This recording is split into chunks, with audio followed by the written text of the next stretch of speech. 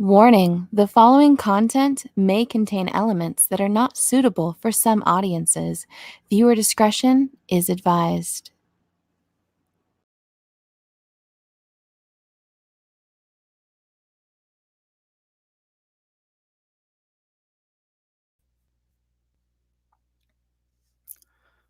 This is the great legend, and I'm coming at you live. Tonight is Friday, and you know what time it is. It's Comic Core on the rails. Tonight, we got a great show. We're going to be talking, of course, the picks of the week.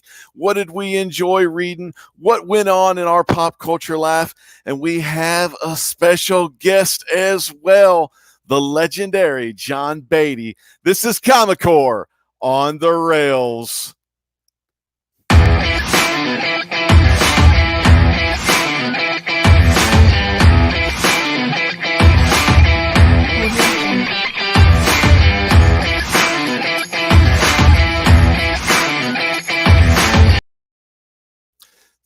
Back again, fans. This is the great legend coming at you live from the Comic Core. And we're going to go ahead and get the introductions because we wanted to get to John Beatty. We're so excited to have him here with us live.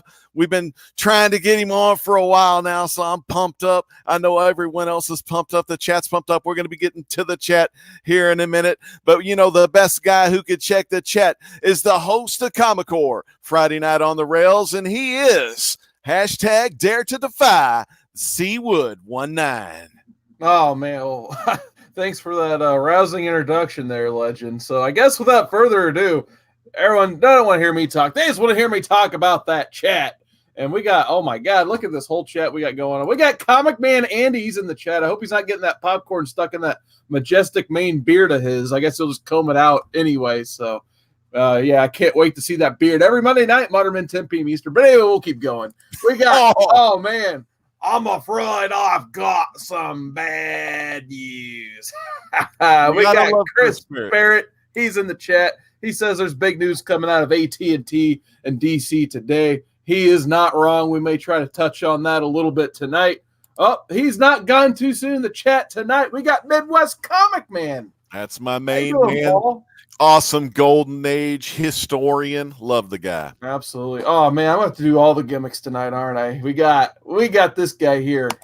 We got the mess. Oh, Don. We got Don in the chat. How you doing tonight, Donnie? Nice to see you out and about in the chats tonight. We got the Southern Comic Geek. He's in the chat tonight. He says he's got some John Beatty stuff slabbed and back today. Okay. So that's a great timing on that. We got those dope comics saying whoop whoop.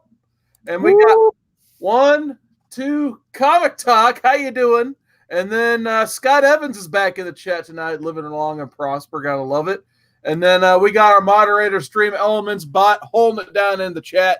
So we know those blue wrenches are out and about. So thank you, Stream Elements, for the safety. Man, that's what I'm talking about. Carson, let's introduce next the co-host of the Comic Core. Here she is, Cat Wren Figures. What's going on tonight, Cat Wren? Hanging out and ready to talk to another amazing creator here on Comic Core. Because you know it's Friday.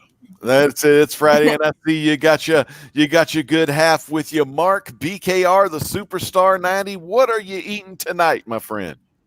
Explain your concoction. So there is chili, the rice, macaroni, peas, carrots, sriracha, horseradish, and a little bit of soy sauce. So it's a flurry. That's it. You never know what's in store, man. You know. Fans.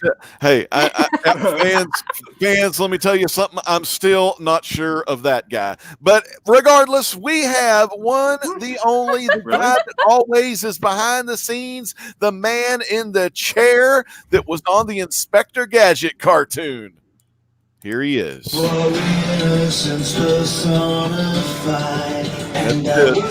Ayatollah of Coca-Cola is here. What's going on? Hey, yo, what's popping? It's Friday night. Let's make some things happening. You guys ready for this? We got John. Oh, my God. This dude is one sub away from 400. 400, man. God. Not Ford Life. 400. So It'll guys, be for life once he gets over 400. let's get Tim that sub right now, and let's make on. Who else is here? Well, you know what? We got a guy that is, an idol of everyone around the world on Tuesday nights. Here on the Comic Core, there's this show. You may have heard about it because millions of other fans have. And I'm talking the Golden Guys. Golden Guys, man. It's all about Golden Age comics, slabs, raw books, whatever, Mylar, however you want to get the looks. Here he is, JD Comics. JD Comics. There you go. How we doing, Legend? Hey, everybody. Good having everybody here. Excited to get John here on. Legend, thanks for calling me idol on Tuesday nights. I don't know what to say. Yeah, that's what it is. We love watching you, and every time I watch y'all on Tuesday night, I watch Midwest Comic Man, Knights of Old, DS Comics, and yourself. Y'all let us know what some of us don't know, and that's some great history about the golden age of comics.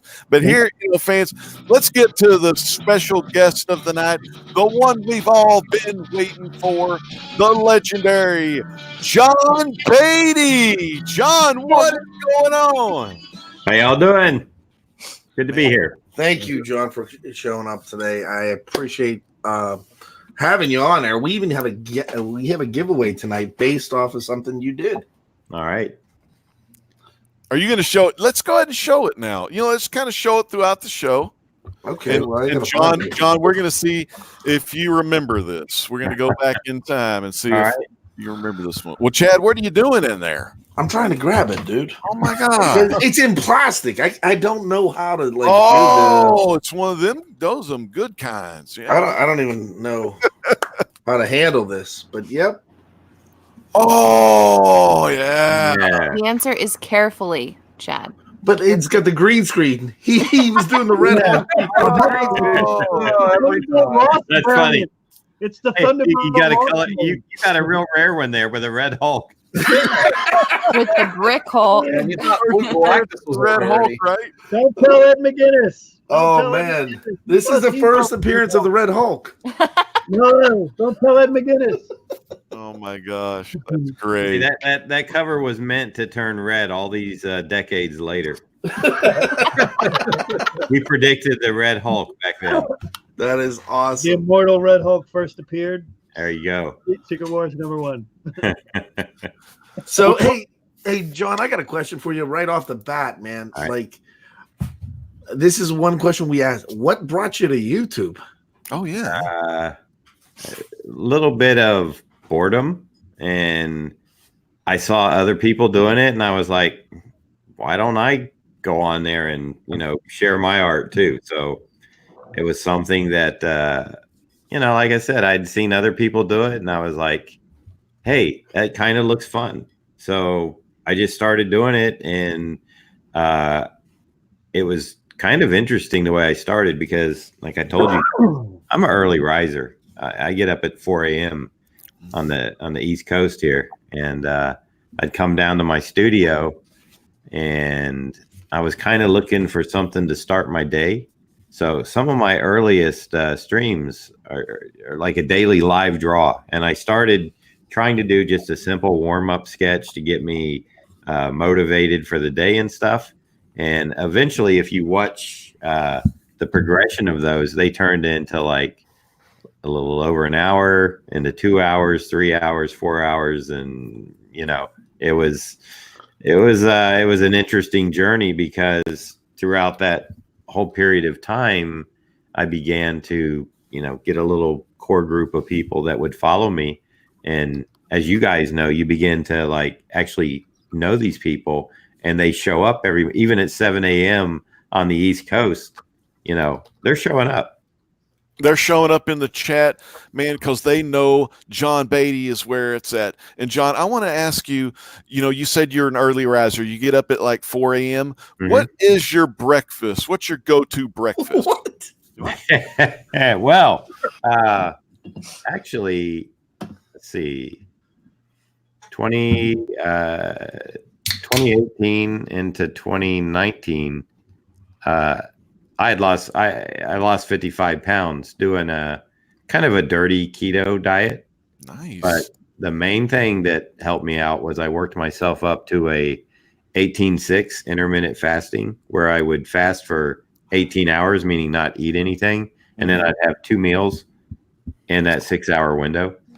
That's fun. So my breakfast was basically water, apple cider vinegar, some lemon juice, and maybe a little bit of stevia or Truvia in it, just to give it a little bit of sweetness. Nice. Good for you, and congratulations on 55 pounds. That's freaking awesome. Yeah, thank you. So I want to introduce our other well, you become like a panel member at this point, haven't you? Yeah, I just think I'm a Friday night guy here for you. So okay, so we have the creator of Junior High Horror and the first comic book with dyslexia friendly fonts. Yes, there you go. We got Rod Podcheck. Rob, I know you're a fan of John, and I know you had some questions to ask. Yeah. What's it like inking Kelly Jones? I mean, I just, his stuff is so out there sometimes. Well, Kelly and I actually, and some people know the story, some people don't. I think it was around 1986, 87. Archie Comics was gonna, put their hat back into the ring of maybe some superhero stuff. And they actually brought back the old character Hangman. And so Kelly and I were working on that. Like I said, it was 86, 87. And I'd inked about 6 or 7 pages, and I had about 3. Kelly was about halfway through a 22. So I had about 3 pages that weren't penciled. I hadn't sent any in or anything. And the editor calls me one day, and he's like, "Hey, John, we need you to send everything back in, finished or not, because we need to make some changes here in editorial." And I was like, kind of, I don't know. It just seemed weird.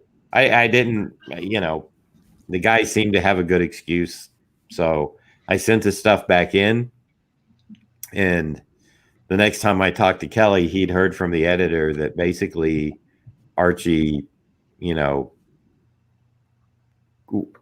they lost their nerve to go into that arena of a more adult comic at that time.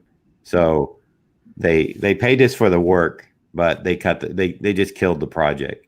So that was my first time, working with Kelly. That was around 86, 87.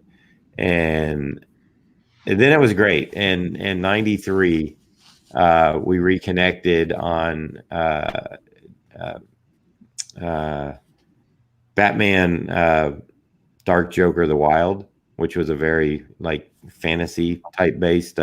Batman was really kind of like a beast character, and that was a graphic novel, and that was in 93. And after that, then for 8 years straight, Doug Minch, Kelly, and I worked on Batman projects for 8 years, including 3 years on the monthly Batman title, which is it's actually, I think last year, volume 2 just came out.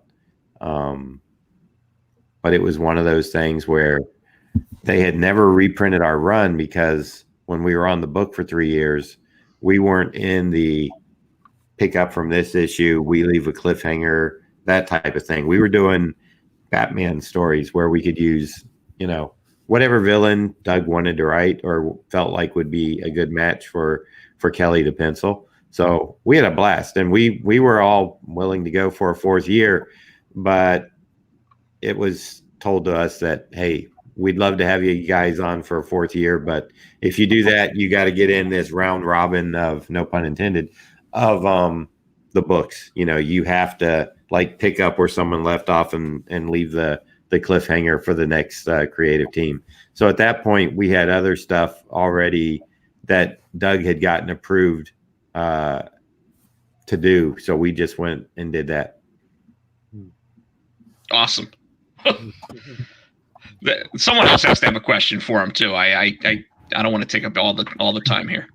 All right. So Comic Man Andy in the chat says that Punisher cover early this week was sweet. So my first question for John is, do you have a particular character you enjoy drawing more than any other character? Probably Captain America or Batman. Captain America is my favorite character. Batman is second. So if somebody usually gives me a choice, like do what you want, it's probably going to be one of those two characters. Nice. Okay. So I did want to spend some time plugging your YouTube channel. If you guys look down below or in the chat, I've been putting it there all night. YouTube.com/John Beatty. Go to his channel. For every 100 subs, he is going to give away a sketch cover. And guess what? He just rolled into 400 subs exactly tonight. Oh, so yeah. Congratulations. I suppose that means he's going to do a giveaway on his channel. So now we got to start the build to 500 subscribers. You know what? Can we get there by the end of the night? Carson, here's the deal. I think this is a fair enough. If we can get him to 415 by the end of this, we'll give away the Marvel Superhero Secret Wars. What do you say? That sounds like a great idea, Chad. I know I was. It may or may not. It probably won't come to you in a see-through format, unfortunately. No, it won't. But we got some people in the chat. We've got Thunderhouse Design. I saw Tony Sanders in the chat. What's going on, Tony Sanders? We've got the Mastodon. Scott Evans is still hanging out there. Formerly Rodline is with us as well. And hey, you know what? Soak it up, man. Yeah, I'm seeing some names that I saw earlier today. 90 MF Comics is in the chat. What's going on, 90 MF? Congratulations. Proud Chad Mastodon actually just asked a really good question that I think John should have to answer, which is there anyone that you didn't get a chance to work with that you would like to have? That is a good question. I was very lucky because number one, Mike Zeck was, very instrumental in not just getting me into business, but preparing me for it and being a good mentor. I love Kelly, love inking his work. Got to ink Michael Golden. What more can I say? Those three guys right there were big. I'm sure that there were people. I'm trying to think. There was somebody I mentioned the other day that I inked Jackson Geis. I really like his work, so I've done work with him. I never got a chance to ink Adam Hughes, and that's originally my move to DC to get on the JLA was so that I could ink Adam, and that panned out that the issue Adam was working on so he could get ahead turned into a fill-in issue, and he never came back to the book as a sequential artist. Do you know when you were talking about the Archie getting more adult? Yeah. It did when Adam took over the covers. Yes, it did. You're exactly right. That's twice now. Yeah. Wow, so I think now it's a different era. Back in the 80s, I think they were still, because the Hangman and Kelly's dark art and stuff. I think it kind of scared them on multiple levels. So we do have one of the greats in the chat, and that is Holler Mouse. And he has a question. He says, hey, so John, you ever get to go back and Letcher County? That's Letcher County. I was born in Whitesburg, Kentucky. Now I was only there for probably 3 or 4 months. And so I was only back there once when I was probably 7 or 8 years old. My older sister was born there, and family went back just so we could see the hospital we were born in and visit some friends. So and you went back to get some moonshine. It's okay. I'll tell you, I did my first convention. It was the Louisville Galaxy Con in November of last year. So that was I would always think, gee, I'm kind of, even though I don't have any knowledge of Kentucky, but I was born there. I kept thinking one of these Kentucky promoters should have me out just because I was born here. And finally, Mike Broder, who runs the Galaxy Cons, he's the guy that actually he started the Florida SuperCon down here in Miami, which has now been sold to Reed Pop. So he's migrated over to doing his cons are now branded as Galaxy Con. Okay, yeah. And he's a real good guy. He runs a tight ship.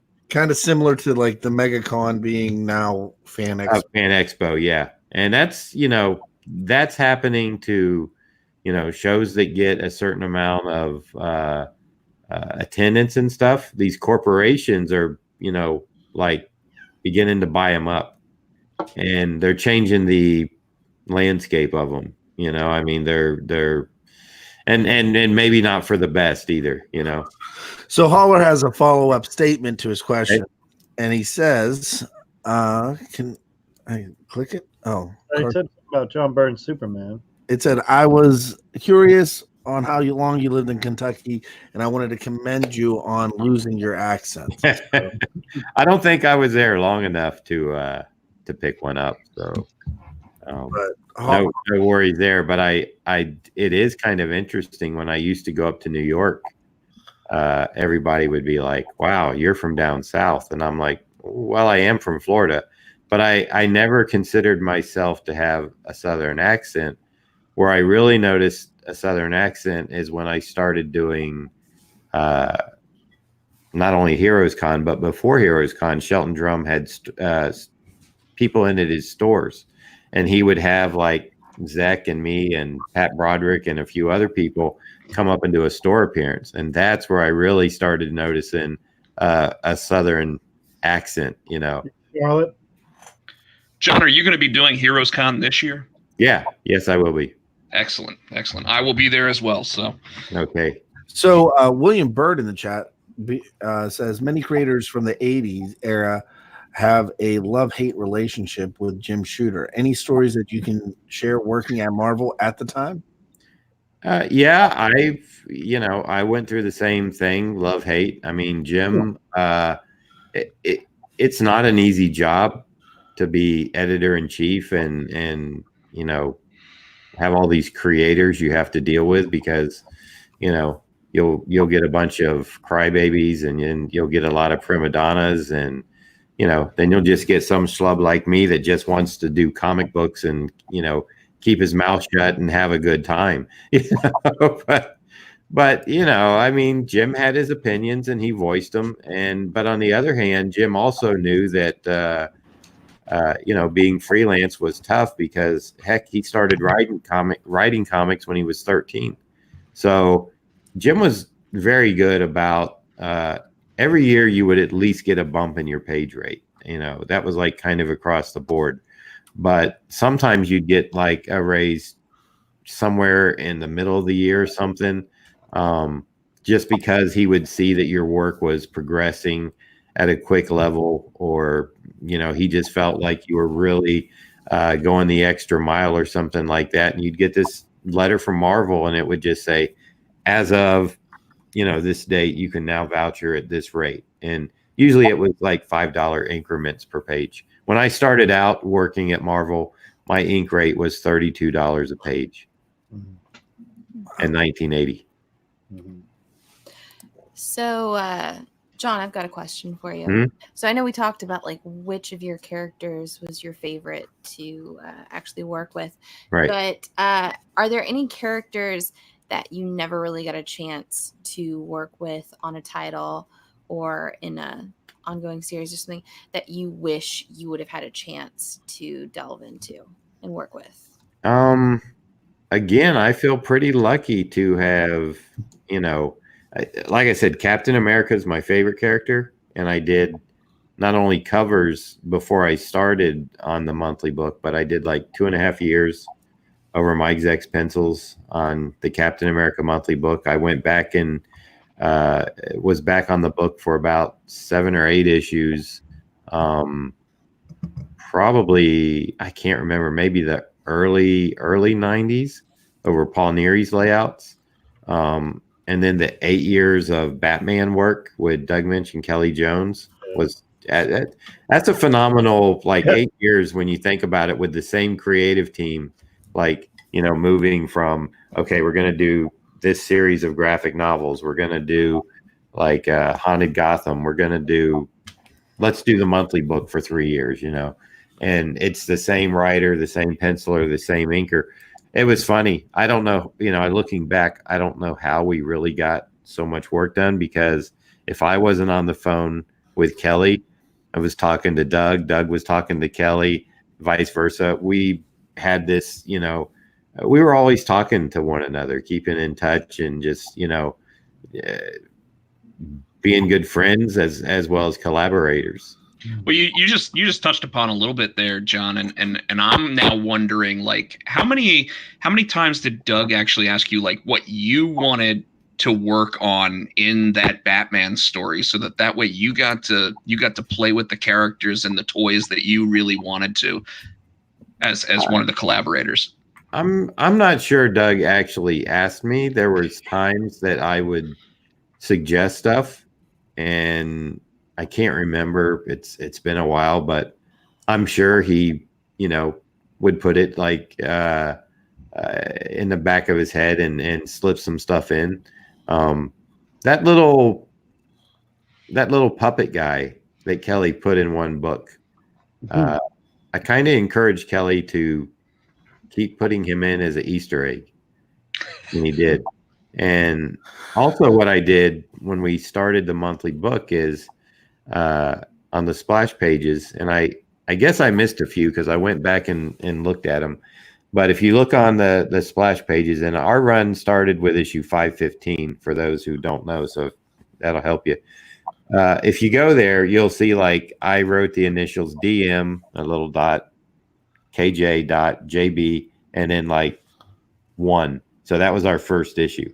I thought for sure they would white it out or cover it up in production or something, but it got through. So I can pick up almost any issue of our Batman run and see what number that was in our run. It could have been 12, 15, maybe issue 3, whatever. So I started doing that, and I told Doug and Kelly about it, and they're like, "Hey, that's really cool. Keep doing it." I said, "Well, I'm going to do it. They'll probably take it out in production, but I don't know if they just didn't see it or what." So we do have another panel member, and I kind of wanted to give you a heads up before I let you know. He's kind of a Marvel fanboy, right? He's probably the biggest Marvel fanboy, but he's also sort of he has a lot of questions, and his question that he has right now, he says, if somebody draws something and then you draw the same thing right on top of it, not going outside the designated original art, what do you call that? That's from Chasing Amy. I'm just messing with him. I'm going to let him in. We did say that the whole Chasing Amy thing was gonna be prevalent tonight with one of the best anchors in the business, right? How's it going, John? Good. How you doing? I'm doing fantastic. I'm Drew. Thanks for being here on the Comic Core. I just came from my day job, so I'm a little bit late. I apologize. But don't let Chad, don't let him make you think that being an inker is being a tracer, because if somebody who's actually tried to ink something before myself, it is probably one of the hardest things to do, is to give a pencil line drawing life through and depth through the use of shading and inking. And man, I'm a big fan. It's super tedious, and I'm sure John can talk about all of it. Oh yeah, it's no walk in the park, and it takes a lot of years and a lot of practice to gain the control not only over the tools so that you can use them, in the correct way, and to get textures and lines that you need when you're embellishing pencils. So it's always funny because when somebody, if I'm at a convention or something and someone jokes and oh, you're just a tracer or something, I'll just, if I have a brush or something, I'll just go, here, you try it, that usually stops the conversation right there. Hey, John, sorry, Drew. I'm sorry. John, who are your favorite inkers to actually follow? Like who do you actually keep an eye on? Nobody really currently. No, I'm serious. I'm not into what they originally start calling it, the West Coast style, with all the cross hatching and stuff. Sure. That's not, I never liked it. I still don't. I know it's still popular. I don't know why. It's beyond me. I'm trying to think. A lot of the people that are working now, I'm really trying to pull a name, but a lot of the people that I follow are pretty much they pencil and ink their own work, like a Sean Gordon Murphy. Sure. I like what he does. Chris Somney, I like what he does a lot. So it's usually somebody, and I truthfully, I always felt this way. It's kind of the European model where the artist was in charge of the pencils and the inking and usually the coloring, sometimes even the lettering.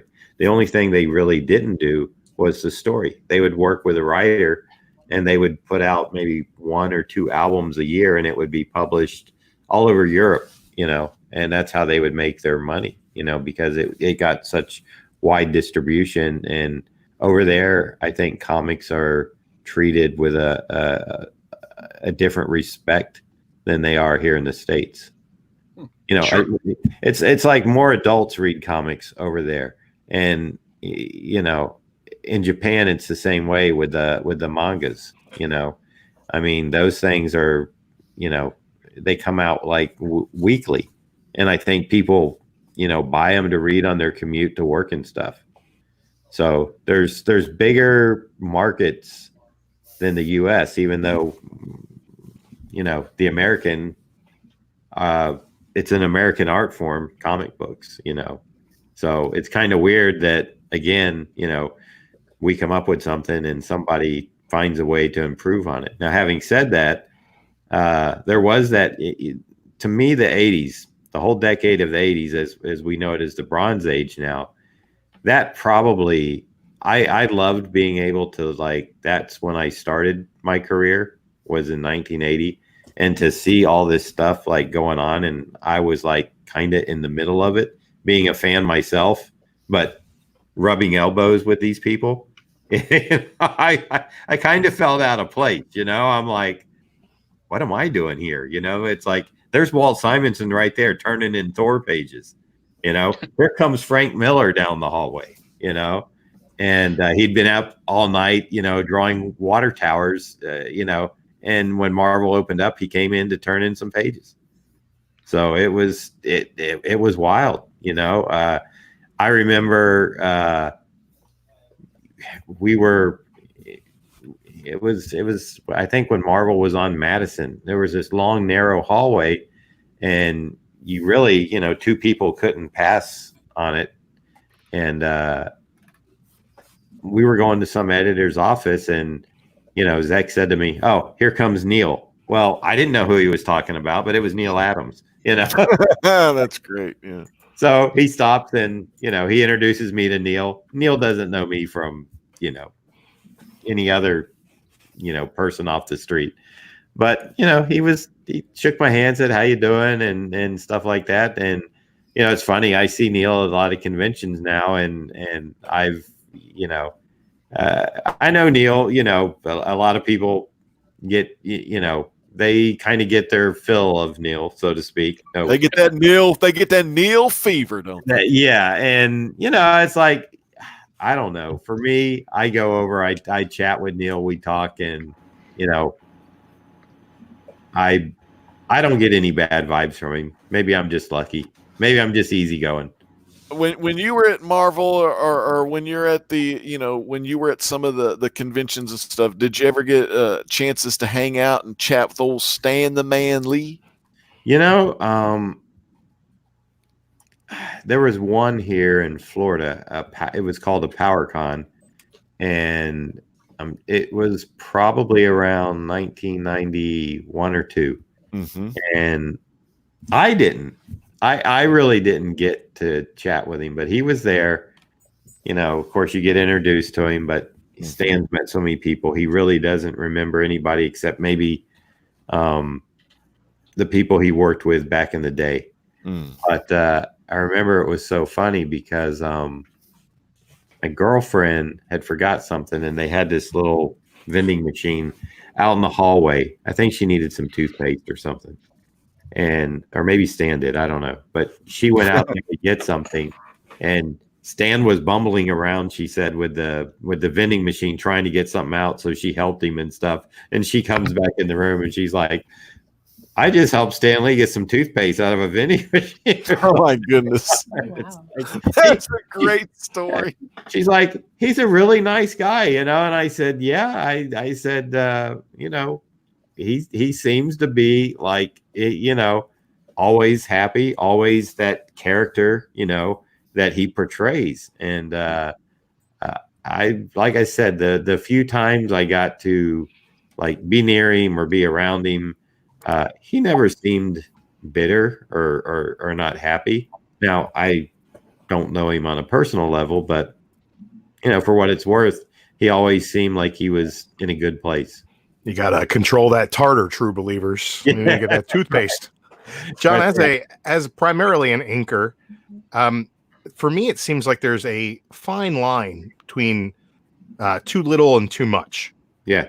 With inking, have you, and in being a symbiotic relationship between the penciling artist, have you had any run-ins where you had issues with the way that an artist appreciates or less than appreciates the way you ink their pages? Oh yeah, and those are the people that I didn't work with very long. Not asking you to throw anybody under the bus. No, as I just said, it's like sometimes it was a matter of they were just on the book for an issue or something, but there was and there was even a few times when an editor would there would be a new person getting on a book that I was on or something, and I was like, can you put me on something else, because I could tell it just didn't feel like we were going to mesh well. And most of the time it was like, well, I can't really do that because, we want you on this person because we feel you can improve their work and stuff. And I'm looking at it going like, not unless I redraw everything. So, and I mean, that was rare. There were a few instances where it wasn't that I hated it, but I didn't have that vibe with a penciler. And, I was glad to see that they were only doing like maybe a 3-issue something, and then I could get back to my regular penciler or something. Or like I said, there were a couple of times an editor would kind of bring a new penciler to me, and I would shake my head and go, no, I'm not interested. And, and they're like, well, could you do it as a favor? Because, we understand the pencils aren't like polished or whatever. And we feel you could bring, you could bring them, you could level them up. And then it's almost like they're throwing down a gauntlet for me to, rise, like the cream to rise. And usually I wound up regretting it because my instinct, my gut was always right that I should have just stuck with the no instead of going like, well, okay, you sweet talk me into it. It's like, if you think I'm that good, then I'll go ahead and do it. And, 6-7 pages into it, I'm like, what am I doing? Why did I take this on?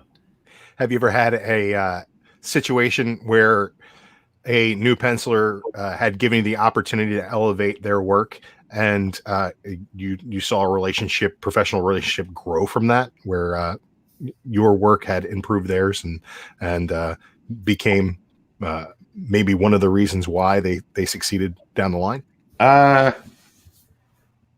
I don't know. You know, the weird thing is, and maybe it's not weird, but you know, no matter what an inker does, the penciler always gets like that. You know, I mean, Right. You're the supporting actor, not the star, right? Exactly. Right. You know, no matter what you do as an inker, it's like you're always in the shadow of the penciler. Good, even though you're the one adding the shadows. Yeah, it's like if they're fantastic, you're still in the shadow. You know, if they're not that good, you're still in the shadow. You know, it's like you're never like, well, you know, the penciling wasn't great, but the inking was stellar. Thumbs up. You know, sometimes when you're live in your Friday night and all the eyes upon you, sometimes the chat may get left in the shadow. So Carson, Seawood19, how's the chat doing tonight, brother? Oh, man. Well, thanks for pitching it to me, Legend. I appreciate it. We just had superior hero reviews join us. He is in the chat saying hi to Chris Barrett. And speaking of Chris Barrett, he's been here all night. I got a question he asked her. I'm going to try to get to here shortly. We got Jam Sessions. He has been in the chat for a while tonight. How you doing, Jam Sessions? Nice to see you. Legend, I know you like this next guy. We still got Howler Mouse. Yeah. He wants to talk about some Secret Wars. We'll try to get to that in a bit as well. Howler Mouse is awesome. And Legend, look at this. We got Joe freaking Ryan in the chat. I chatted with this guy today, fans. Joe Flying Ryan is going to be flying to a YouTube channel here pretty soon. Awesome. Well, I'm happy to see him back in the community, man. And we got the Mastodon. Take it easy, Don. I know you had to leave early tonight, but let me see if I can find my question. I think it had to do with Chris Barrett. He was wanting to know. Here we go. He says, I have to know, John, was inking the NAM a different experience than the conventional superhero book? Yeah. The hardware, the hardware and all the other like stuff that the guys carried, radio backpacks and was definitely, and I got to give it up to Michael Golden. He knew that stuff inside and out, like where every little bolt and screw went, so and it was, again, back in that time, you were at the mercy of what reference you could get from books or something. Now if you had to do a book on the NAM, you Google the NAM and you can find just, all sorts of reference photographs and stuff like that. But back then, you just kind of like scrapped around and tried to find it. So, definitely, I mean, inking helicopters, inking M16s, inking AK-47s, the rucksacks, the boots, everything, it's all different. So definitely a different vibe than a superhero book where you just have like, if you have a superhero in tights with a cape, it's a lot easier than drawing a guy ready to go out for like a long day in the NAM. Well, for your awesome skills, you did one of my favorite characters, in Secret Wars, from when you can get him, the ever-loving blue-eyed thing, all the way down from Yancey Street, Benjamin Grimm. It's kind of funny that you said that because guess what? We have a cover that has the thing on it that we're willing to give away tonight. Dude, we got wait, hold on, dude. You always go too far into the future when I still want to get the John Beatty's answer about, doing the inking on Ben Grimm, my favorite character. Hold on. John, what do you think about Ben Grimm? Do you get pissed when you have to draw those little like rocks? Yeah, he's a pain in the butt.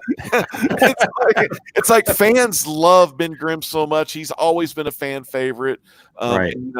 But for you, the one that's doing it, it's like, dang it, you and your rock skin wacky breed fix you.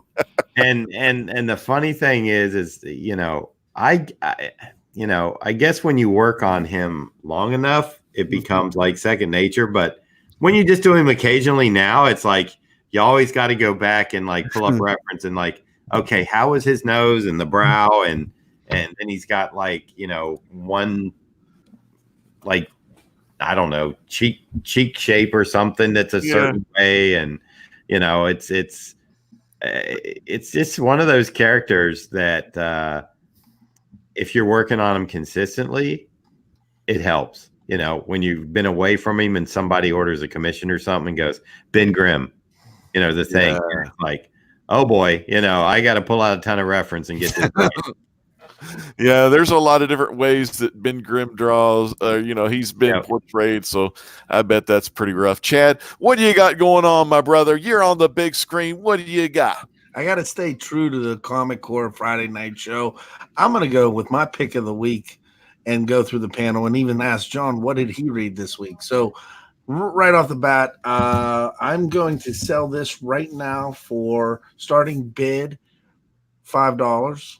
Well, I don't know, man. It's got a cutout. It's like, is that a die cut cover all the way through the book? Yeah, air cut. Yeah, so this one's up for a bid for $5. Oh, $700. We got a bid. Chris Barry. Boy, that's a jump. So no, that's not the week. Here is my pick of the week, and it was DC's Unkillables. Oh, nice. Wow. That's very cool. Picks up with Jason Todd and Deathstroke, and Ace the Bat Hound is in it. So very, very good. Very, very sad. Enjoyed it immensely. How about you, Cat Wren? What was your pick of the week? Somebody need to put her back in. Oh, okay. Yeah. Why are you messing around with stuff? Tag me in. Hi. That's why we can't have nice things, Legend. All right. So I'm actually really looking forward to reading that because I did love Deceased as it was coming out, and Deceased the Unkillables is the continuation of that. I do have that coming in my polls. However, I read this little beauty this week. It's the V card. And there's something about your first bite. It's, as you can see here, they're making fun of American Pie on the cover. But this book is all about vampires. And they are making fun of vampires throughout pop culture history in here. They've got some Lost Boy references. They're hardcore making fun of Twilight in this book, which I thoroughly enjoy. They've got a Lestat vampire. They've got a Blade vampire in here. But the main character is this guy right here. And we find out that he is a 380-year-old virgin. Now, when I say virgin, I mean he's never actually bitten anyone before. And apparently in this, like, the first vampire that you turn is like your soulmate or something. So in this, he kind of has the hots for some girl who apparently is after the Twilight looking vampire. But it's all good because by the end of it, he's got his eyes on the vampire killer's daughter. So nice. I mean, who wouldn't? I mean, I did love the art throughout. It was pretty fantastic. There's one panel in here that I know for sure Drew Manchu and Legend are really going to love. There you go. But the coloring throughout's pretty spot on. It's really, really funny. And the references that are laced throughout this entire book are just hysterical. So V-Card, definitely my pick of the week. I Kat, didn't who's know the what publisher I on was that? into on this. It's Antarctic Press. Okay, cool. So, And have you watched any really good movies lately? Or any really bad movies? Well, we're gonna go with bad movies. let's say good because we don't want to hurt her feelings. Because everything she wants is terrible. Well, I've actually been binge watching 2 shows on Netflix here recently. One of which I know you love, Chad, so you can't make that much, and that'll be Lock and Key. The second has been the documentary series of Cheer. Okay, there. They follow the Nadaro Cheer squad. And what did Mark break? Mark didn't break anything. Jean is just trying to work my last nerve because she's already broken 2 glass bowls this evening. And now she's like knocking into my bar cart. But And- next, we got Seawater 19. I want to hear a newsstand, buddy. Why, you think I do these things for free, I guess? Newsstand? No. Oh, Newsstand? There we go. Right for you. Love those newsstands. I didn't get any in this pile here, but flash forward, things happen. Let's talk about that. Blue for some reason. A little lost. Go ahead, Chad. What happened in that panel? The final panel. Let's see. Wally West was told to sit in the Mobius chair, and he had the hydrogen symbol on his head, and he turned blue. So I guess he's Dr. Manhattan. Don't really know why. What Because I about didn't all flash forward, but I John? wanted. You think Alan Moore would like that? Oh, I'm sure he'd love it. Love it as much as he loves anything else in comics. Yeah, so Line this it is with the the thing that verbiage. happened. Anything else to add to this, Chad? Because you're probably the only other person who checked it out. No, I don't even know why I bought that. So at least the Tornado Twins are back. I know God, you love the Worst Tornado characters Twins. of all time.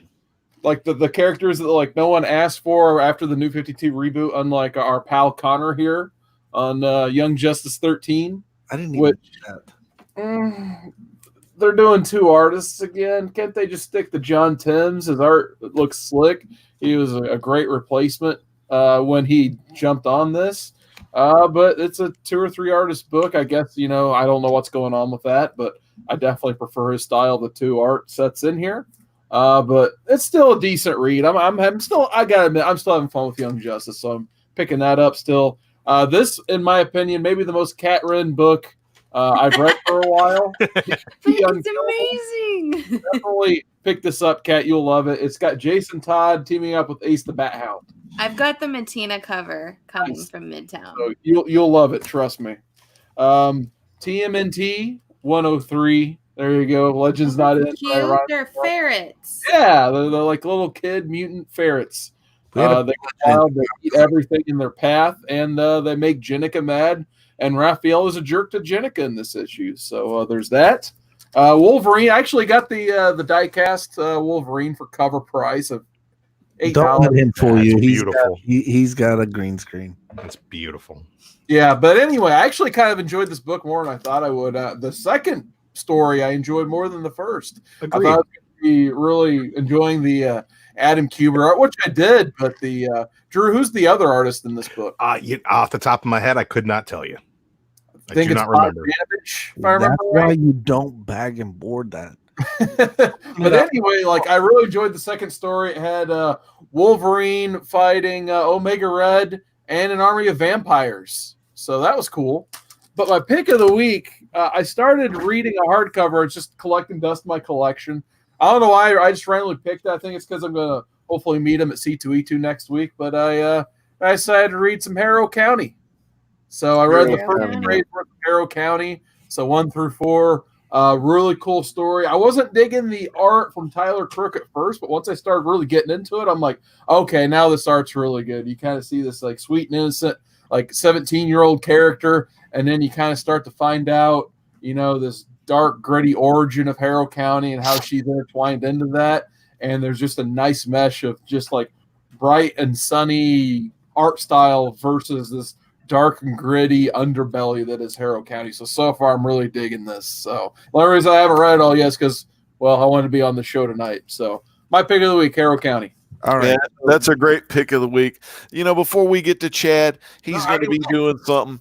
I'm going to give you my picks of the week because if I don't give them to you now, I may forget them later. So what you're getting, I read Fantastic Four 19. It was an excellent book. It's the final part of the Point of Origin storyline where the Fantastic Four, the original four, take a model ship called the Marvel II, which is modeled after the original ship they took up back in November of 61, I guess. But man, it was a great storyline. They finished that arc, and then and I don't want to give you too much away because I'm not into the spoilers. I really want to encourage you to go to your local comic shop or get this on digital to read Fantastic Four issue 19. Great storyline. And then the next storyline, it's kind of setting up Wyatt Wingfoot and his tribe. Underneath their reservation is a lot of caverns and a lot of little terrain down there. So there's some moloids in there. And you know where the moloids you're going to find? That's right, the Mole Man.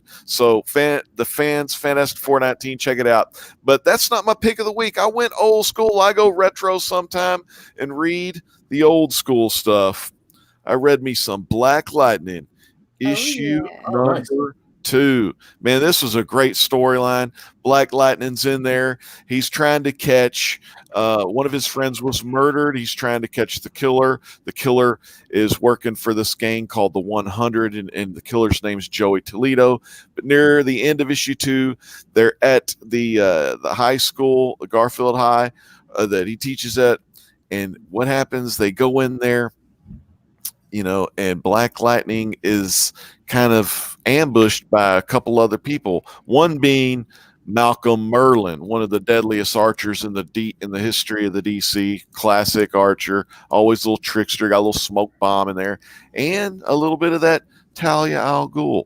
So go back in time down on the rewind and read a little bit of that Black Lightning, because man, this book was just too fine. And speaking of that, just too fine, we got Seawood 19, but I couldn't turn that into a rhyme because Chad doesn't rhyme with anything, man. Chad, what you got, man? He's been had. That Chad. Chad's off screen currently. Oh man, well, God, Chad gone too soon. Chad, where are you? Chad, where's Chad? He's the Ayatollah. I was hoping you'd leave his little blank screen up, because most of the time, in between the ears, he gets a little gone too soon. But hey, Question. Yeah, Where's Carson? Carson, right you there. want That's right Carson? I want Carson. There's the man, Carson. I want to give a big shout out while we have it on the screen. It's one of me and Carson's favorite, Bob World. Man, Bob World makes all of our intros, our outros. He does a ton of graphics for our channel, and he's a great friend of mine and one of the best dudes. I don't want to get too personal, but John, you know, when you get in the YouTube comic book community, you really come to know the folks that watch your channel. Mm-hmm. You know, sometimes you'll watch another live show and you'll see the people that were watching your show earlier, maybe in another live show. So it's just that total crazy interaction. And Bob World, we've had some of the best interactions with him, and I've got to know him. We've become Facebook friends, and it's really freaking awesome. My wife back in the 80s, you know, she used to do pen pals and write letters to her friends, but you know, nowadays it's just just turn on the old camera, or get the keyboard warmed up, you know. Yeah, we also got Simple Man's Comics in the chat. Always like seeing him hop in. And we got Drew's nephew, Double S. He says, better late than never. I love me some Double S. What up, nephew? Double S, I shared all of this stuff, man. You should have been here on time, but make sure you watch it. Watch it soon on the rewind. That's it. All right, Drew, I think it's your turn, isn't it, for picks of the week? You know what? I had a couple of books that I read this week, and not my pick of the week, but I started watching that Lock and Key series on Netflix. I got about 3 episodes into it, and I said, what am I doing watching this show when I can get caught up on the book? So I did buy Lock and Key digitally and have been reading through Lock and Key, but not my pick of the week because this guy came out with a new book. Man, he's the best there is at what he does. What he does isn't nice, but he has sure had a nice number 1 this week. 2 solid stories in a 64-page oversized comic. Adam Kubert art on the first story I thought was phenomenal. There was a little bit left to be desired, a few negatives throughout, and I will be putting a review up for the Wolverine number 1 over on the S&B network. We're doing a Manchu review crew over there with our friend Jason Cantu. So be sure to check that out. But I really love the way that the classic Wolverine storytelling has been brought to the new era of this Krakoan nation. The 2 stories where Wolverine has an adventure. It's highly violent. He questions himself and his past. The first story has a really nice bit of amnesia to it. So he's an unreliable narrator who has struggles with his own personality. I really love that. And there's some really cool elements in both of the stories. One story has cultists, which is a really nice comic trope. And the other story has vampires, man. Like, what more could you want? Wolverine and vampires. There's a really cool bit of story where they use the infographic style pages to talk about blood types and how there's a positive and a negative to each blood type. And they coined a new blood type, E, as everlasting, and Wolverine is the positive and vampire blood is the negative. So it's kind of a cool deal there. And they're talking more about the Krakoan flowers, which we got some of that in the X-Men #3 with horticulture, the old ladies, the golden girl villains of the X-Men. So some seeds that have been planted throughout this universe are now coming to fruition and giving you something else to look forward to. So I really enjoyed that. You know if you what like else? Wolverine, go pick that up. Definitely. You know what else has been planted is that sweet freaking awesome. Good God, it's probably the best thing I've seen all day. That Fantastic Four poster. Oh yeah, that's a John behind Byrne's you. Fantastic Four. Oh yeah, yeah, man. Dang, dude, that's freaking awesome. Hey, I also got Febreze in case. Oh my goodness! Oh my God! These things get real. So, you remember the warning screen? Hey, how about you, Potsy? You know, what have you read, or what was your pick of the week? If you didn't find anything to read, hey, tell us about some things you've been creating. So I definitely have some stuff I've been creating, but I want to start with a little book called Cursed by Thomas Wheeler. Cool. You may recognize that art style right there, and yes, it is actually illustrated by one Frank Miller. Oh, okay. Yeah. So this is something that I've been meaning to get into because it takes your Arthurian ideal of Arthur picks up the sword and becomes the king, but what if the king was meant to be the queen? Oh. And that's what this whole story is about. And what makes it so great, folks, is that you have a fully written prose novel, but then you have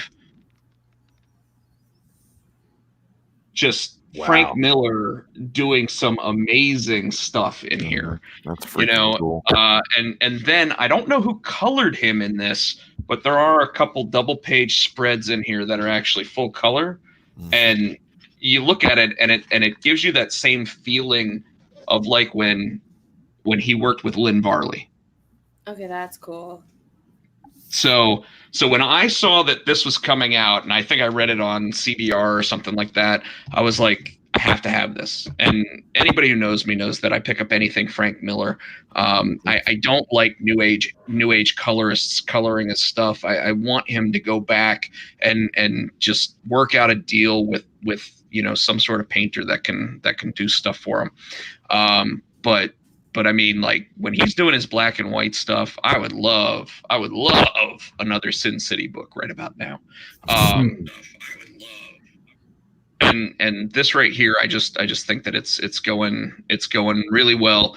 I don't know. It seems like there's like 64 different Frank Miller pieces of work in there, with like I said, a script all about like if you took Arthur and made him into not even Guinevere, but just the whole character and story just changes, and it's so funny when you think about Frank and you hear all this stuff about his looks at women and everything, to see him actually doing this with such a strong female lead character. It's just awesome.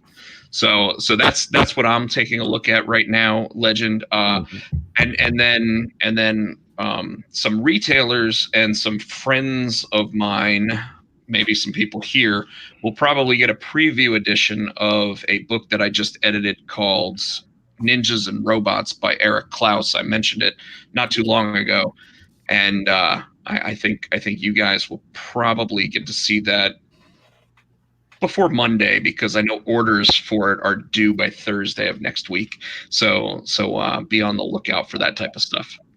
Yeah, maybe we can check that out on your Facebook page. So that'd be pretty cool. And hey, I gotta know, John, how about you? What have you been reading or or what's some of the creative stuff? What is some of the stuff you've been drawing? And maybe tell us a little bit more about your experience so far in YouTube. Haven't really been keeping up with anything current because you never know if it's gonna be out on time or be out, I totally believe that, because I do a lot of my stuff like digitally. Like if I'm not reading anything current, I'll just kind of go back and read something to where I can get those full arcs. So I like reading everything in a row. I hate waiting. Yeah. So I as far as, let's see, how many streams did I do this week? I did, I think I did one every day this week, but Wednesday. Well, that's great. So, Monday, Drew Moss and I did one. Tuesday, Drew, Jared, and me were on. And Wednesday was a skip day because it's kind of a busy day. It's a short day. My son has early release from school, so I have to go get him an hour earlier. And Thursday, I did actually I did two. I did a Wolverine sketch cover that I owed somebody, and you can see me doing that on my YouTube channel. And then last night I did a $30 quick head sketch op for people that were in the room. Oh, that is so cool. That is awesome. That's a great creative idea. You've got so many things you're doing. You're doing the whole you got your love, your passion, and making, getting the fans involved. They can buy it, have their own original art by you. I mean, that's awesome. Yeah, I'm trying to stream as much of the art that I'm doing now, just so that people can ask questions and kind of, I mean, everybody wants to know what tool you're using, even though it really doesn't matter. I'm the same way. I like to know what other people use to get the effects they can. I may pick up that tool and try it, and I may go like, I have no idea. It's like, but it's really, trying new tools to draw and paint or ink with. That's a good journey too. It's a lot of fun. And you never know when you're going to hit upon something that, that really sticks or gives you a different look and, can enhance your work.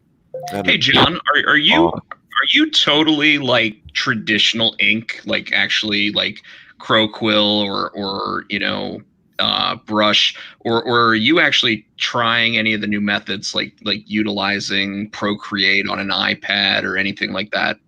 Yeah, I've for, I want to say it was probably 7 years, I was in the DC Warner licensing department, and I was doing vector inking in color in Adobe Illustrator. Okay. So I did do that, and I've got a few things. I've messed around in Procreate a bit.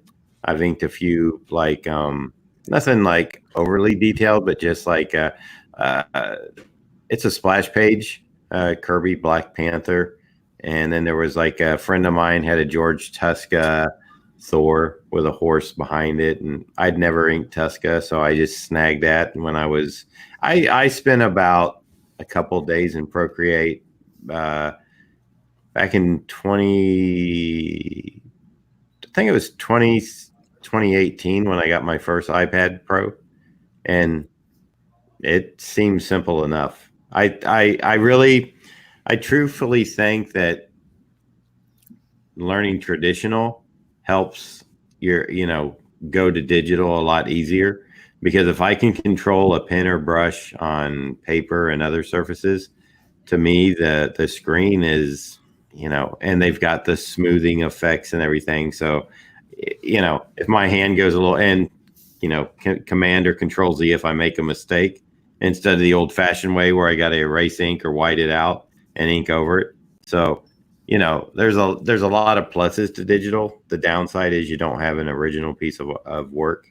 So I mess around in it, but I haven't done anything like, well, I've done a commercial project in it, which basically paid for it, in the one job. But other than that, I really haven't did a deep dive into it.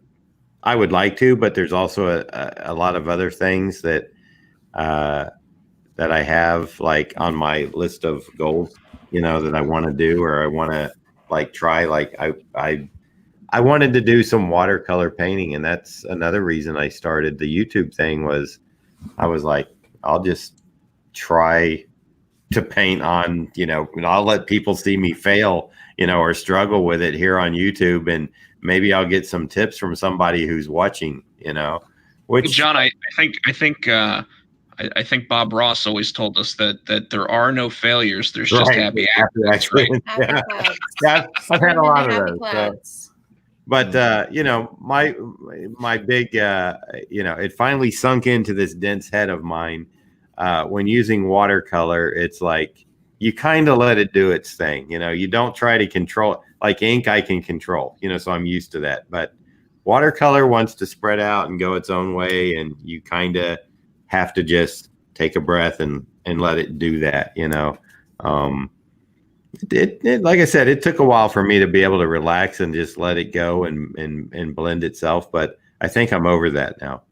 That's awesome. Hey, I want to get ask Carson. Carson, how is the chat going tonight? Oh man, sorry, I just got the ultimate distraction down there. Actually, yeah. Wait. Let's go to this guy real quick. I'm gonna have this guy check the chat because he's got something going on here. I don't know what's happening here. Hi guys. Is this live or is this a video? No, it's me. I am so excited that John joined us tonight, but I gotta run because my friends over at the hunt need the fiend to come. And they said all you had to do is let him in. Let me tell you, Thank you, Drew. That was great.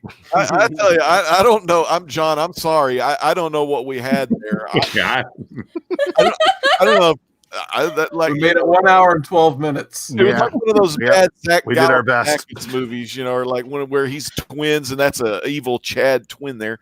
But that's Chad Wyatt. Ray Wyatt. Wowie. But anyway, Chad. Seawood. I'm all flustered. Seawood. How's the chat going? How do you follow that? We still got Chris. Thank you, Chris, for bearing with us tonight. We got Kevin Kaz. Dr. Kaz. How you doing? Wow, 3 more guests. We play Comic Core Squares. I wish you could get 9 on the screen at once. That'd be awesome. Yeah. That would be great. Who would StreamYard limitations? Who would be the Whoopi Goldberg in the center square? I always liked when didn't they do Alf in the center square? I like in the late 90s, early 2000s, it was always Bruce Valanche. So, yeah. Oh gosh, that guy never went to the square. I think he lived there. Shadow Steve, like he lived there. Thunderhouse Design still in the chat. Double S.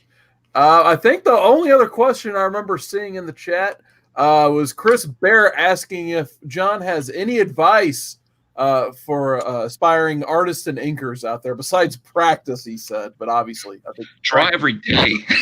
Yeah, everybody wants to avoid practice, but you can't.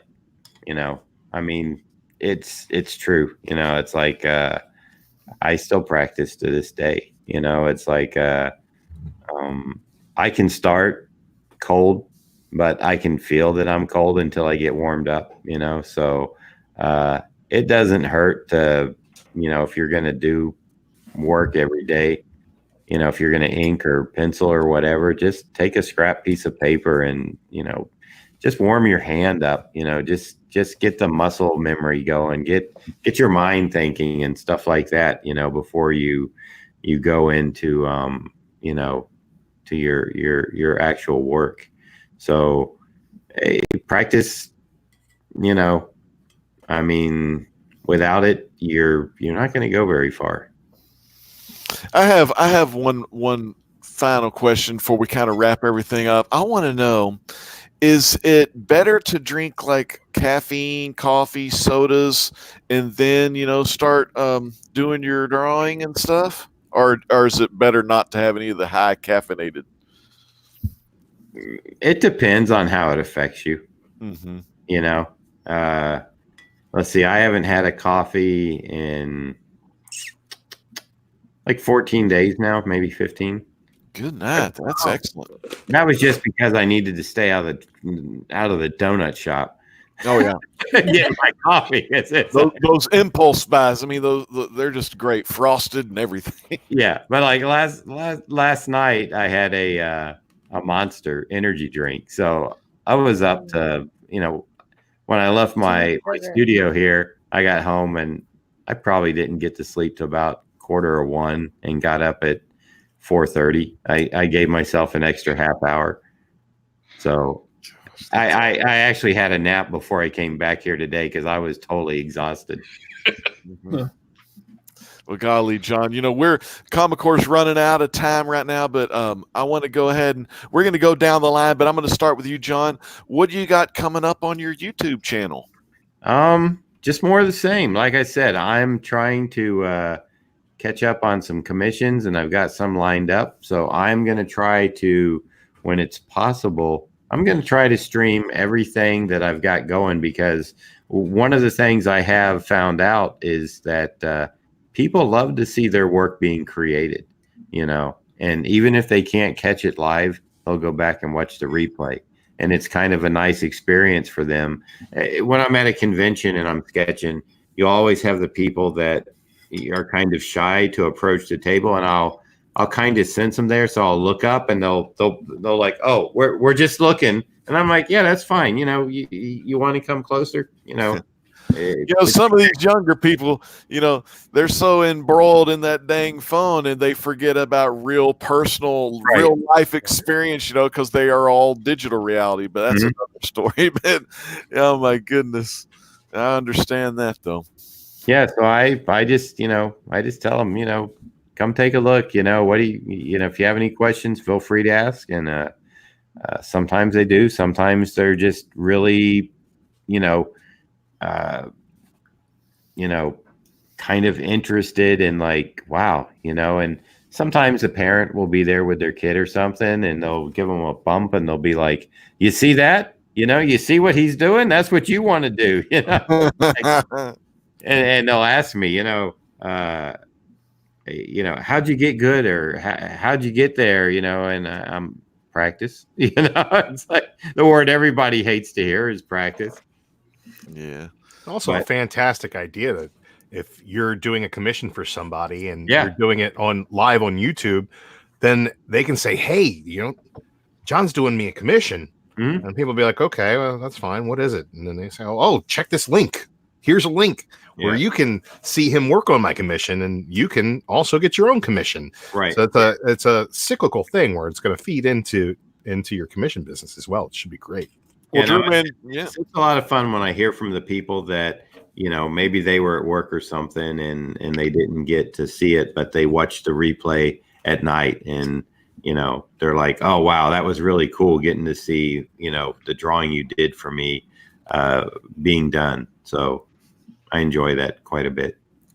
That's awesome. And will you be doing more streaming throughout the week? Yeah. Oh, yeah. Sounds like every day but Wednesday, right?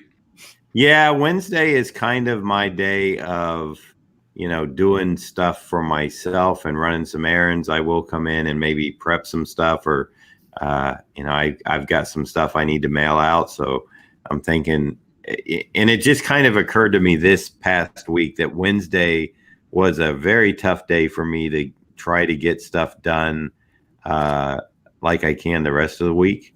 So I got to thinking like, well, I kind of need that day where I can wrap some commissions that need to go out. I can do some personal stuff. I can grab one of my books here and study or read. And also I have some like an online meeting every Wednesday morning that runs from like 11 a.m. to about 1 to 1:30. So I have that, which it's kind of a mentoring mastermind type group of people. So that's part of my Wednesday too. So that's, part of what keyed me into I need to just take Wednesday and use that as my day to absorb stuff so that I can continue to put content and product out. Well, that's awesome. Catrin, did you have a question or? Just a little follow up, John?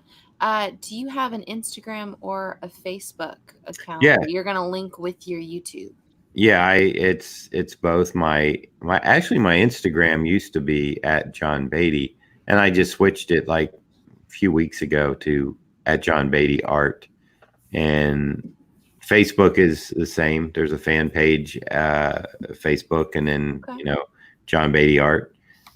Twitter, I'm at John Beatty Art. So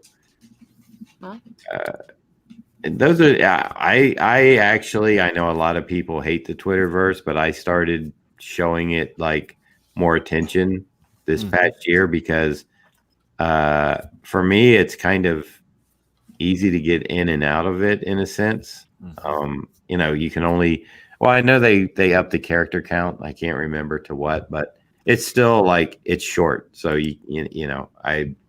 I'll post up something fast and get in and out. Facebook, I'm not so much a fan of, but it's kind of that necessary evil. I open it up at least once a day just to check it, but I don't sit there and just let it, flow throughout the day at all. It's too distracting, and I don't enjoy it that much. Yeah, that's good. That's with me. I'm always trying to lessen my screen time down on the phone, and I've done pretty good. But it's like you; it starts to become a distraction, especially at work. That's why I turned that little moon icon on, the DND, the Do Not Disturb. That's what I'm down with. There you go. Hey, but we're going to go over to Potsy here. Potsy, what do you got going on your channel? On my channel? Well, my YouTube when are we channel. Gonna get some YouTube, man? I actually did post this week. I posted a Facebook Live. I like those. Those are good. I posted a sketch card drawing. I watched you draw Sonic for a little while. Yeah, and you did some other characters too. It was good stuff. I did. Although for some reason when I uploaded it to YouTube, it lost all of the sound. So I think I'm gonna have to go back and actually like add in like music or try to turn it into a Chaplin silent film. Yeah, exactly. It was like an old Charlie Chaplin thing where like everything was just whatever. But But no, right now I'm finishing up getting Ninjas and Robots ready from Keen Spot. It's from Eric Klaus, a Kubert School graduate who it's basically just super high octane, lightning fast. It's about a ninja princess who takes down robots. She doesn't know why because she lost her memory. So we're along for the ride with that. Looks like it's going to be pretty awesome. It's got amazing variant covers by Owen Genie and some other people. So Rat Queen's Owen Genie. The retailer incentive. So folks are really going to want to look for this in April. The retailer incentive is drawn by Eric, but it is inked by Kevin Eastman. So it's going to be highly sought after. He also did a Ninja Turtles 100 cover. So be on the lookout for that. We've got I've got another Junior High Horrors April Fool's special. Told you guys about that I think last week. Should be in stores before the end of March. It's got a story that's based upon Psycho and Scream, while also a backup story drawn by me, which I don't know how that happened. That's cool. Wow. That delves into the whole Red Room sequence from Twin Peaks, so that's going to be really fun to take a look at. I know Carson likes the Twin Peaks. He loved that television show. Yeah, I think everyone will really enjoy my Kyle MacLachlan that I drew in there. And then after that, like we're currently talking about the next Junior High Horror special. It's looking like it's going to be a Stranger Things parody. Ooh. I think that'll be a lot of fun, and I just love the idea of actually naming the Hopper character Harbor. Just why not, right? and then I've got 2 other miniseries that I'm working on. One that has not been announced, and I unfortunately can't announce it yet, but let me just say that the artwork that I've seen so far has been phenomenal. And then I am bringing back Immortal, which was my first series, which is kind of like Buffy the Vampire Slayer meets Highlander with superpowers. That I believe the artist who was the artist on X Liefeld's should be on that book later this month and actually getting ready to show some stuff off. He actually said that he liked the script of number 2 so much that he's going to lay that out before he lays out number 1. But he's pretty stoked. He said that the script for number 2 was great. So I'm really looking forward to people getting to take a look at that. The other story is going to be pretty interesting. I heard you guys might know some people at Action Lab, so we might see where we can get a home for that one. But then I also have another all ages book that I am stewing in my head right now. I just love the idea of doing a mystery title that involves 13-year-old kids. So that's what I got going on, Legend. Got some other stuff going on in terms of conventions and everything. I'll see John in Charlotte apparently. So I'm pretty excited about that. I will also be at something called UM. Because I apologize. Today's just been really weird with the weather in North Carolina finally dropping below freezing. So I will let everybody else speak because of that.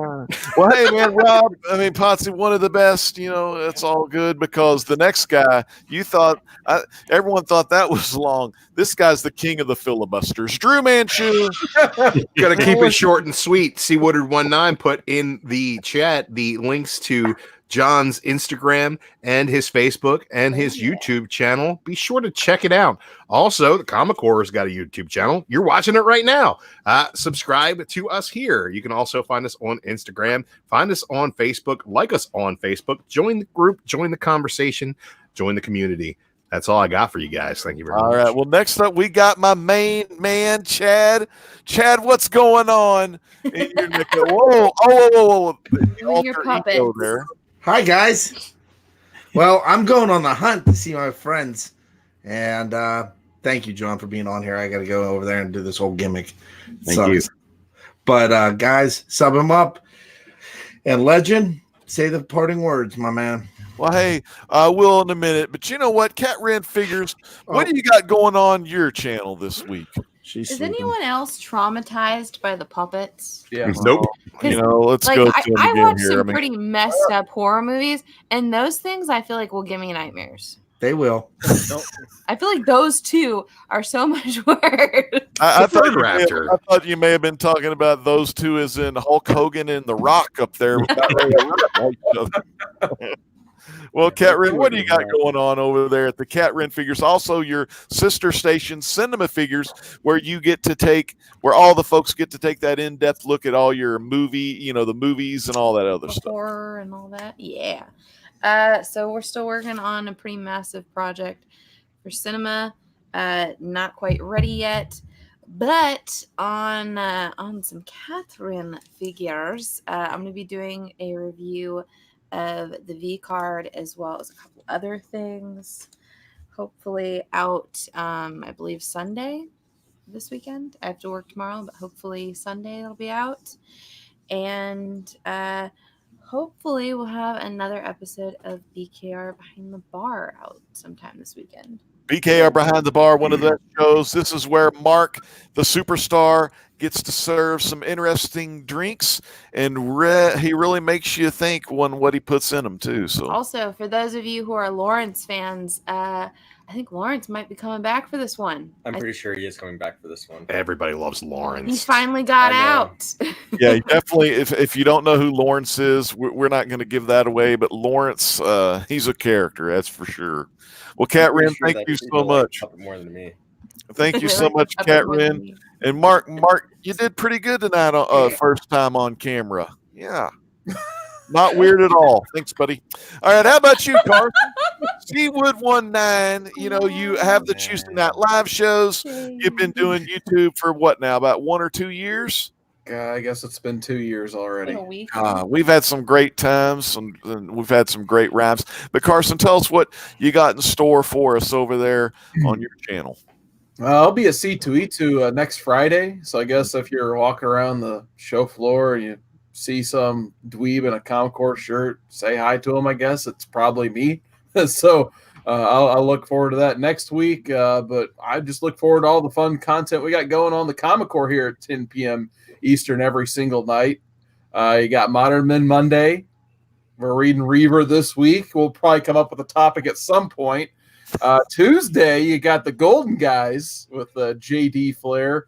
Woo! JD Comics. He was here earlier. He was here. Gold and DS Comics. And then Wednesday, you have the greatest comic book show of all time. If you like comics and you like to laugh, that show's for you. You got Alec Whitewell Comics, one of the funniest guys on that show for sure. Bear Island Comics, John's Comics with Kids. Needs to bring more of his Legos, though. And then you got Jason Misexplained. Gone too soon. He's gone too soon. And then you can catch us here every Friday night, 10 p.m. Eastern. But Legend, back to you. All right. Well, you know, we've had a really great time tonight with you fans on the Comic Core. It's the hottest place to be. Friday night, 9 Central Standard Time, 10 Eastern. And, man, the Comic Core is on the rails. Again, for my host, Carson, co-host, Kat Wren, Chad, of course. Chad, one of the best, is going to go on that hunt show and be weird, and hopefully he doesn't have any knives or anything. He looked like one of them Michael Myers things or something. And then, you know, we got, of course, Drew Manchu, Rob Potsy Pochak, you know, Junior How Horrors, X Life Fields, and the legendary John freaking Beatty. Fans, I'm your host. Oh, no, Carson's the host. I'm just the mouthpiece with the most. But I tell you, this is the great legend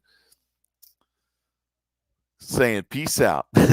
God bless. And check out this freaking awesome Matrix outro. We can use it as an intro. Huge fan of the Matrix because you never know, are we really living in a digital reality? You know, what if I told you